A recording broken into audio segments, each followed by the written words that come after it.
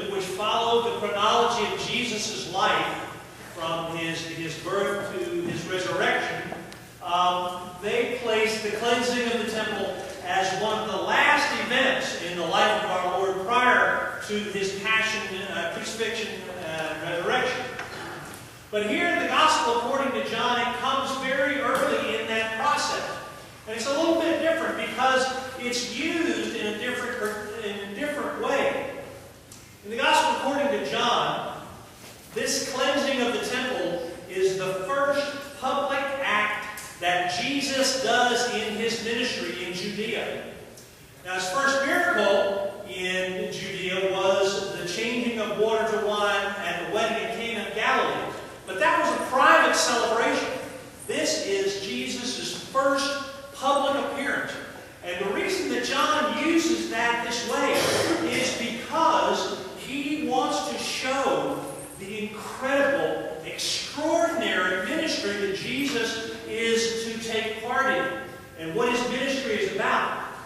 If Jesus can do miracles in an everyday occurrence like a wedding celebration, and then also act in the middle of one of the greatest festival seasons in the temple, the center of worship, then his ministry has got to be extraordinary. Got to be extraordinary. Now, in terms of that process, Jesus still inflames the authorities in John. He still makes them incredibly angry. But the reason that Jesus is angry is very clear. Jesus is angry because his house, God's house, has been profaned. Now, I've got a visual aid for you this morning. Y'all can see here, this is the temple, Herod's temple. Maybe a little hard to see, but this is Herod's temple. Don't look at the back. We're not talking about the back this morning, we're talking about the front. This is Herod's temple. And as the Gospel said, at the time of Jesus, the temple had been being built for 46 years. And it would continue to be built for another 30 plus years because it was completed in about 65 AD, but then it was destroyed in 70 AD. So it was an incredibly mammoth structure. And this is I don't know exactly the north-south orientation, but this is the best way it would fit on the board. But this is the entirety of the temple. And from what I could learn, supposedly it's about 250 yards on the side. So 250 yards on each side. So it's a huge, huge edifice. Now, in the center, and this is a little out of scale because there's more of the court of the Gentiles above, but in this representation here, we have the court of the Gentiles, and then the court of the women. Now, the court of the Gentiles was where the Gentiles could gather. The court of the women was where the women could gather, the women who were part of the covenant, righteous Jews. They got a little bit closer. And of course, the men were even that much closer to the Holy of Holies. And then the next place that was closest was the court of the Levites. That's the family of the priests, the families of the priests. They got a little bit closer, and then the Holy of Holies where the priests hung out.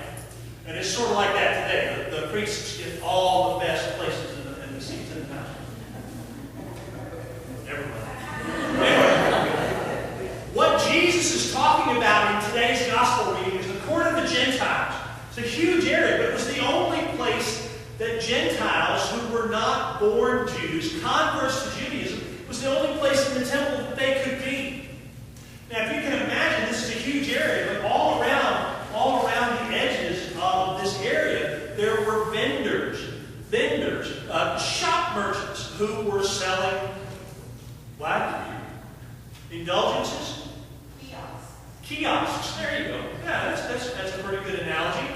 But they were selling turtle doves and lambs and the occasional bull, and there were also money changers. And the reason for that was pilgrims came from far and wide to worship in the temple and to make sacrifice. And if you were traveling several hundred miles, it's not real convenient to bring a lamb with you. still alive. And so this was a convenience to the pilgrims, and it was also a convenience to the priests, because if they gathered all the animals in one place, the priests could certify and say that they were all unblemished and could be sacrificed. Well, in terms of that, there also was a half-shekel tax that the temples got on everything, all transactions. And also, there had to be money changers, because people coming from outside would have the coin of the realm. The coin of the realm had the image of Caesar on it. And they could not use that coin to purchase anything in the temple, because that would profane it even farther, because that was a graven image. That was against the Ten Commandments. And there was a tax on that as well.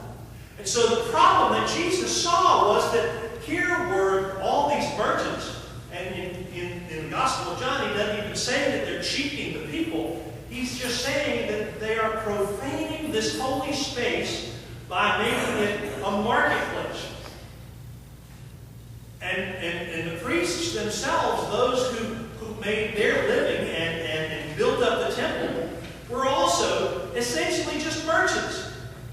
They were all focused on not the things of God, but the things of the world, because it was more important that commerce went on than worship. It was the only place that converts could be to learn about God and to worship. And it was like a marketplace. It was like the worst flea market that you can think of. It's supposed to be a holy place. And so Jesus, in his anger, made a whip out of cords and chased the animals out, turned over the tables of the money changers. And you know what happened? They said, they didn't get angry with him. They just said, who said you could do that? And that's exactly the response. They said, who said you could do that? By whose authority do you do this? They didn't take, if you did that in today's world, you'd be probably stoned to death. But what Jesus does is he chases them out. And he says, zeal for my Father's house will destroy me. And the only response he makes to those who question him is that if you destroy this temple, I will build it again in 3 days. Another foreshadowing of his death, just like we had last week. Foreshadowing of his coming death. Well, as I looked at this process and I saw, it seems very strange to me that we would have the cleansing of the temple, that Jesus is throwing out all that corruption, and the Ten Commandments on the same day. The Ten Commandments, the height of the Mosaic Law, the ideal that we are called to observe and recognize. Well, I believe, and at least it's my thought, and I may be wrong, but I believe that the reason that these two things are put together is to show how far the authorities, those religious in authority, have come from the purity of the Ten Commandments as given to their perverse and corrupt commerce, and the way they have profaned God's house. And it just became a way of life. I don't think that happened overnight. It just gradually said, why don't we have, a few people come in here and offer this service for the convenience of the pilgrims. And then it just built on itself and built on itself and built on itself until the whole thing changed from a place of holiness to a place of commerce and sales, where the almighty dollar was what was important. I believe that that's why these are put together, to show how corrupt that system had become. And Jesus rails against